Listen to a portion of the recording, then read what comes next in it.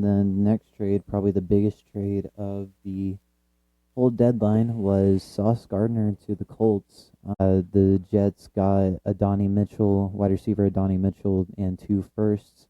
Adonai so far this season has 9 receptions, 152 yards. So he's probably average, well, probably below average. It's probably a wide receiver three, probably 3 or 4. And then of course the Colts got Sauce Gardner. I saw a video this week that I probably agreed with the most, and they said that not the Jets, the Colts are trying to capitalize and get as much as they can out of this season because Jonathan Taylor is having a pretty crazy year at running back, and then Daniel Jones is playing really well. I think both were in MVP conversations at one point this year. I think Jonathan Taylor is currently in MVP discussions. So I think they're just trying to build up the defense a little bit. Because I think they still got DeForest Buckner on defense, who's a solid defensive player. And then now you get arguably best cornerback in the league, Sauce Gardner. So what do you think about the Colts getting possibly the best corner in the league? I think it's huge for the Colts. I think it's terrifying for the rest of the AFC in particular, perhaps the NFL, because the Colts are already right there. Like 2 losses? We looked the other night in ESPN and some other, resources that we read kind of have the Colts as a legit contender. They're going to win that division, but as a legit contender to make a serious run towards the Super Bowl. Raise your hand if you thought that coming into the year. But ESPN has the Colts grade as a D and the Jets grade as an A. I don't know how you give the Colts a D. I know they gave up. Maybe it's because they gave up 2 first-round picks, 1 in 26, 1 in 27. But you picked up Sauce Gardner. Mm-hmm. So I don't know how that's a D unless Sauce is only 25. Too. Unless they feel like the Colts gave up too much. He is an elite. Already a first team All Pro in his last 2 seasons. Defensive Rookie of the Year in 22. I think you're right. I think the Colts kind of see this year as an opportunity. Maybe they feel like they're ahead of schedule. Who'd have thought that Daniel Jones was going to play like he has?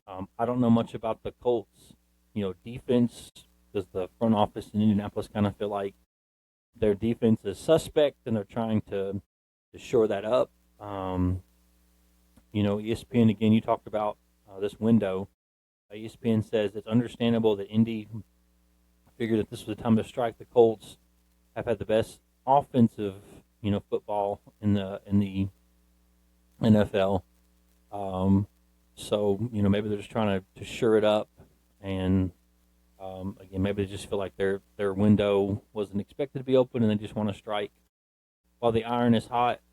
But I'm just trying to figure out who in the world thinks that getting this guy, Sauce Gardner, why you think that's a D.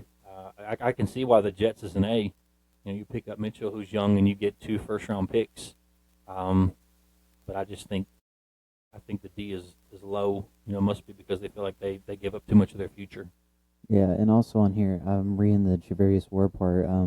ESPN said that Javarius was having a very good season prior to when he got the concussion.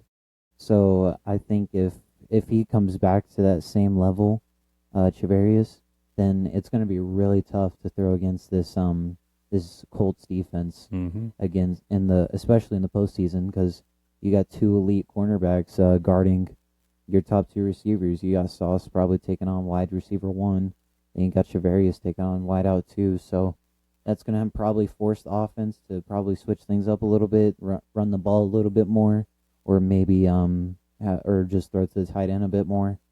But I think that's a good move and trade by the Colts, and I think they're trying to just capitalize on the really good season that they're having right now, because a lot of people had this team tossed to the side at the beginning because you're trying to decide who's going to be your starting quarterback, Anthony Richardson or Daniel Jones. And at the time, people are like, what is this team going to do this season?